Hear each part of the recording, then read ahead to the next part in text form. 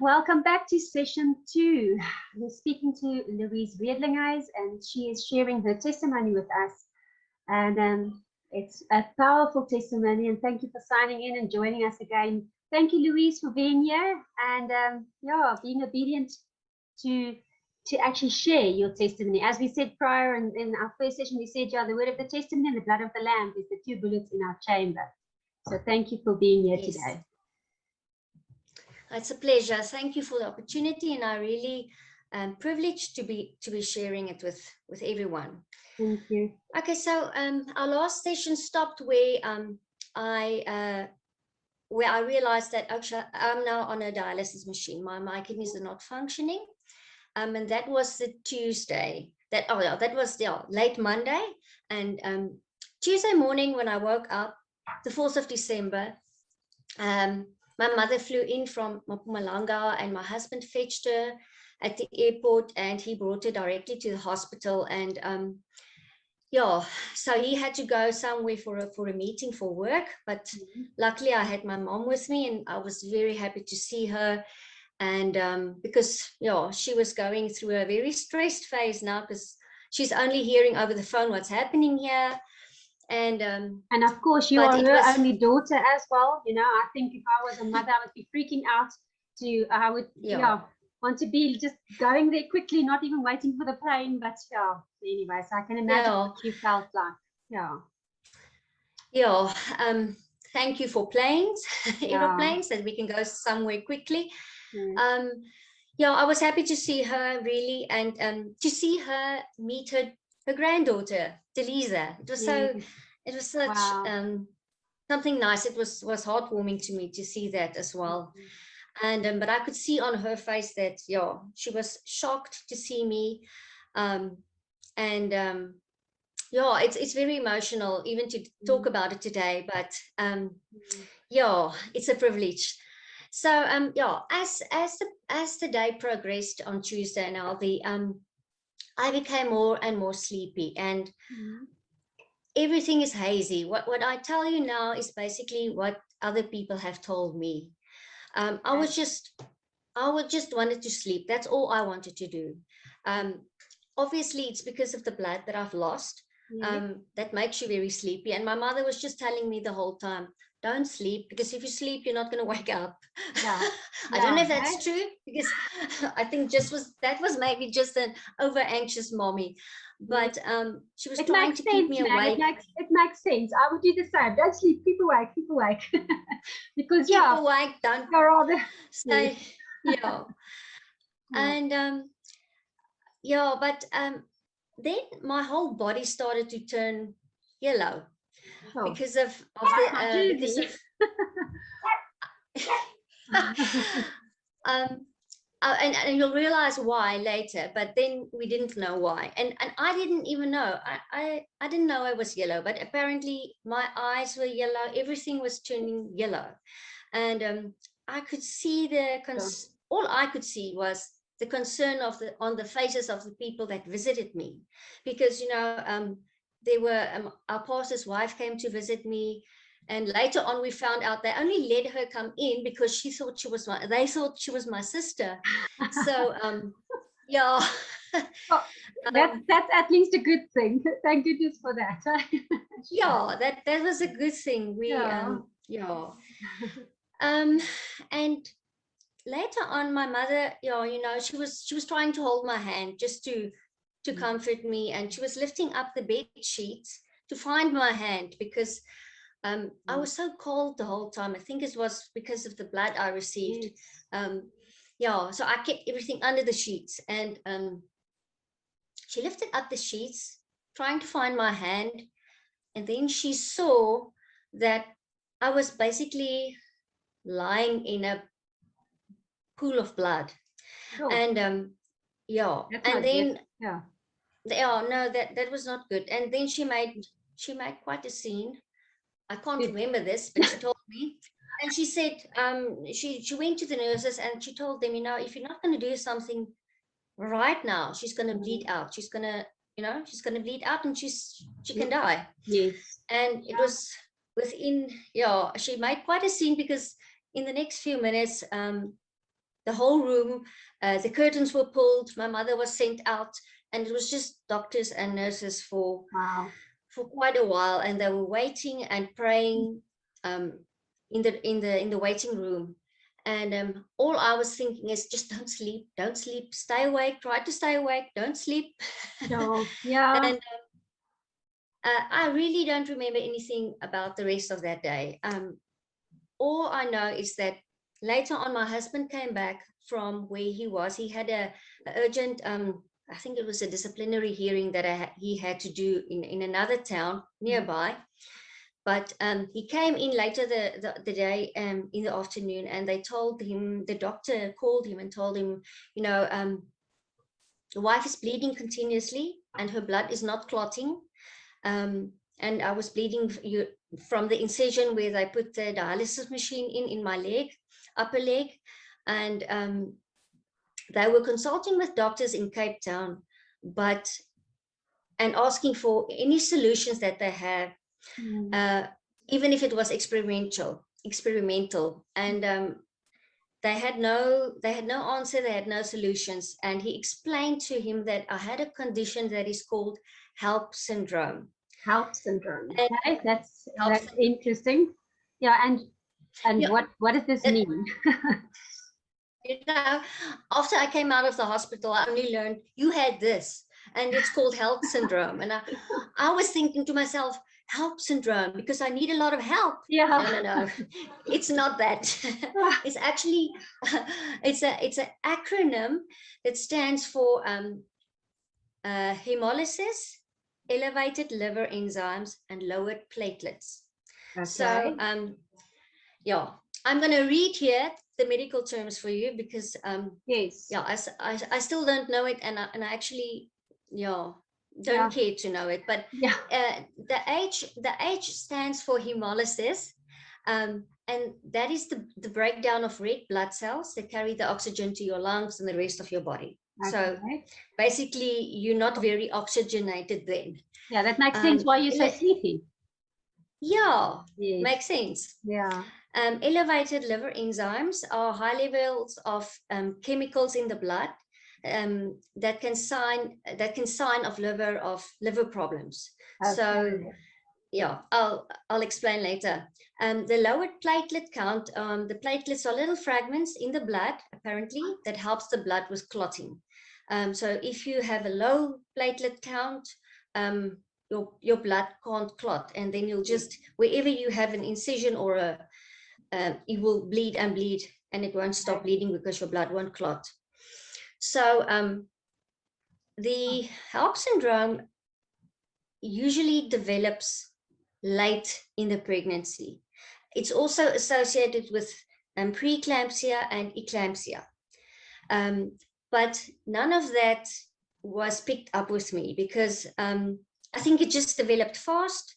And also, if you remember from the previous session, I told that I didn't go to the doctor when I was feeling these shoulder pains and I was swelling. I didn't go to the doctor because my doctor was on leave, and I was just waiting for my next appointment with him. Yes. Yeah, consultation. So, but yes, it's quite serious, and a lot of women don't make it if they don't catch it fast enough. You can really die of this. And but luckily, when I was in hospital, I wasn't thinking of that. I didn't know any of this, so that was okay. Yes. And yeah, so the doctor told my husband, okay, like, we are very sorry, we don't know what to do. This is something that happens when you're pregnant.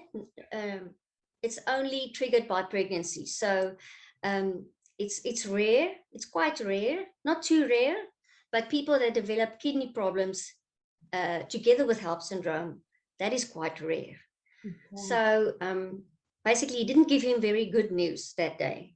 And later on, our pastor's wife, she told me that when she saw me, because they came to visit and I was so yellow and lost all this blood, they were very concerned, and they went home and they prayed very hard. And And she said they prayed and prayed that night until they felt a sense of peace and came over them. And you know, I think it was really those prayers and the prayers of my husband and my mother and all of our family that prayed for me and all the people that knew. I really, really believe it was those prayers that pulled me through. Because, you know, in James 5, it says, the prayer of the righteous man is powerful and effective. Yes, amen. And true. And we mustn't think that we don't need to pray. God knows everything. It's going to turn out like he wants it anyway. It's not like that. God uses our prayers to bring about things in our lives and in the world. So don't stop praying. Yes, yeah, true. That's very, very true. There's power in prayer. And we must remember that, because that, you know, that's part of our weapons that we can use against the enemy. So all right, so we are now on December the 5th, Wednesday morning, and for the first time I can remember that specific day as clear as daylight. I woke up and it has felt as if I awoke from a bad dream or something. I felt awake and fully conscious and more energized that I haven't felt like in a whole lot of days. And I knew I had to be thankful for something. And everybody told me, you know, you almost didn't make it last night. It was really a miracle that you made it. The doctors even didn't know or was thinking that they don't know how you're going to make it. But I made it. And as I said, I'm telling you, it was because of those prayers. But little did I know the journey that the Lord had planned for, for my family, for the next few days, weeks. I don't want to go ahead of myself here now, but yes. So I was, you know, I know that God, and I knew then that God can do the impossible, and I was just looking forward to go home and to take my baby home and go and be a family. You know, I had a little 3-year-old boy. He hadn't seen me ever since we went into the hospitals, because they didn't want him to see me that way, you know, with pipes and things going in and out everywhere. That would be traumatic for him. Yeah. So I just wanted to go home and get well and be with my family and raise my little girl. But that was not in the cards for us yet. So I shouldn't actually say that, you know. It's all the will of God. Nothing is on cards. But it's strange. Those are sayings that we you kind of hear and we grow up with, and it's not in the cards, it's not in the stars, it's not in, you know, and we shouldn't say that. We shouldn't say those. Exactly. We're not part of that. We're in God's hands at the end of the day. Nothing in our lives happens by chance. It's all according to his purpose and his will for our lives. So we had an awesome day, waking up feeling good, and then you spent the day with obviously seeing your baby and so forth. But then on Thursday, on the 6th of December, how did it continue? How did you progress? Did it become better, or what happened after that specific day? The Thursday, all I can remember was we were waiting for my kidneys to start to function. That was the main thing. But that didn't bother me that much back then, because I wasn't thinking about it yet. You'll hear later on how that took quite a turn for me, because I can remember that on Thursday my dad came. He came, and I was just happy to see him and for him to be with, you know, with my mother. And you know, when your family arrives, it's like, oh, thank you, everything's going to be better now.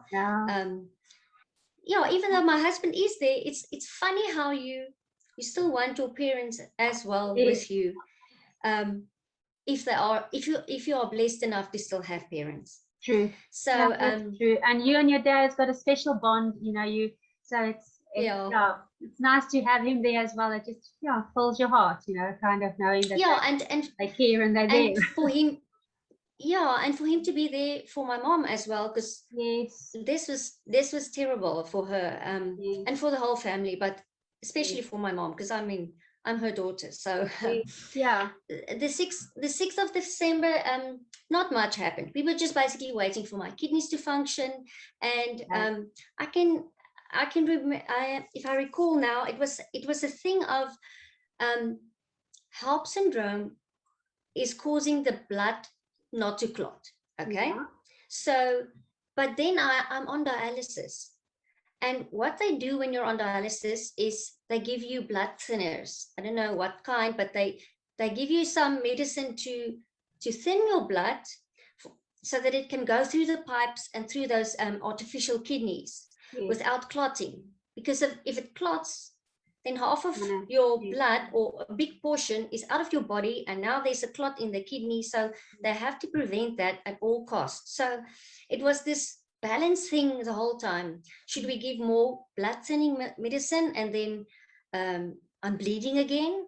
I can remember it was like almost a tug of war between the two doctors. Don't give too much, yes, but I should. Yeah, so it was that in the background happening. And waiting for my kidneys to function, because if my kidneys can function, then they can stop giving me blood thinners, and then I wouldn't bleed so much, because that was also a problem still. Sure. Yeah. Okay. But moving on to the 7th of December, there was still no improvement on my kidneys, and I was still receiving blood transfusions because of the internal bleeding, and I could see, basically, I could see my belly, my stomach, looking like I was almost pregnant again. Sure. And that's growing full with again. Blood. That's full with blood. Wow. And yes. And I knew, obviously by then I knew, okay, if I'm bleeding and it's looking like this, they will have to take it out again. I'll have to go into the OR again, and it would be that process all over again. And I was praying and really hoping that that would not be necessary, but I knew there's no way around this. They can't leave the blood there. So when Sunday came through the weekend, the people prayed for me, and I asked them to fax me the words the days before WhatsApp. We still use fax machines. Yeah, I mean, this was in 2001, so long before WhatsApp. Yes. Yeah, but you know what? The technology that was there then did a lot of good as well. Yes. So I asked them to fax the words of the song, "God Will Make a Way." I don't know if you know that song. I know it.